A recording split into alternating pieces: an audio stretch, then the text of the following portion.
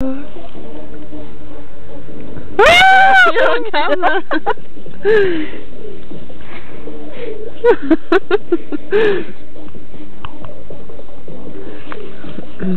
Yeah, shine the light on here so I can film the book. Here we are, reading about ghosts.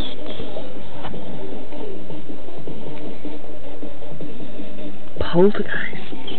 Poltergeist activity is responsible for some rather alarming aspects of the supernatural, such as these cups and saucers flying through the air. Many people think that poltergeists are ghosts, but they do not behave like normal ghosts.